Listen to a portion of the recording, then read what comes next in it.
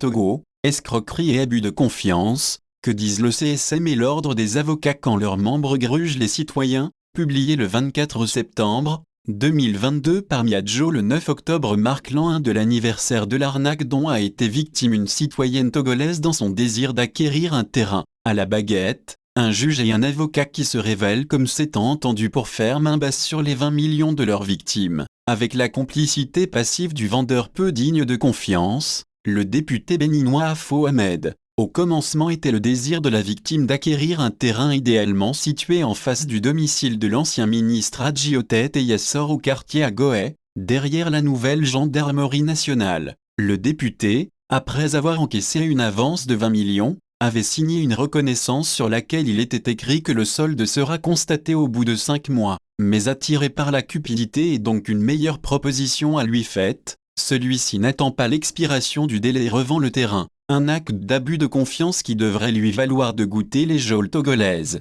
Le juge Baba Akoti, au lieu de dire le droit dans toute sa rigueur, a cédé aux pressions et a désigné l'avocat Komonji Amouzou pour consigner une partie de l'argent, soit 18 millions FCFA. Le 9 octobre 2021, cet avocat délivre une décharge contre réception des fonds. Et depuis, la récupération de l'argent consigné auprès de l'avocat est devenue mission impossible. Et pourtant, Eme Amouzou et le juge Akoti se disent hommes de droit. Une plainte a été déposée auprès du bâtonnier Medogbe Avou qui, dans sa réponse en date du 10 mai 2022, a promis revenir au plaignant. Depuis, c'est silence radio. Le tribunal de Lomé fut également saisi pour escroquerie dont les auteurs sont le député, le juge et l'avocat. Mais apparemment, on a l'impression que Togo, certains citoyens nantis de certains pouvoirs peuvent tout se permettre sans que la loi se tourne vers eux. Par ces temps de vie chère et de hausse généralisée des prix des produits, comment l'Ordre des avocats et le Conseil supérieur de la magistrature peuvent-ils donner l'impression de fermer les yeux sur pareille situation qui place la victime dans le plus total dénuement?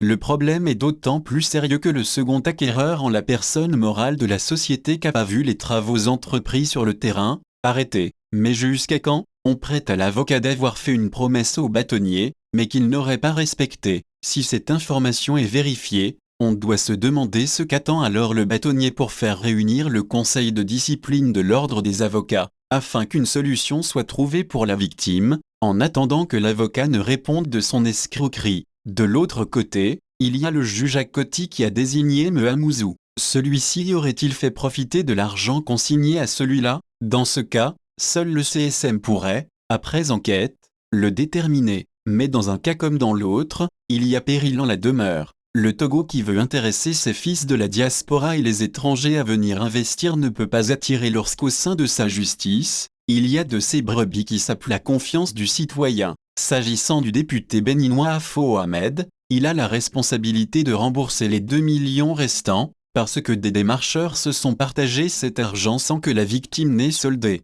Et le défaut de solde est le fait du député qui a choisi de revendre le terrain à un tiers. L'immunité ne devrait pas donner lieu à des excès et autres abus des uns contre les autres. Gotson K. Source, Liberté.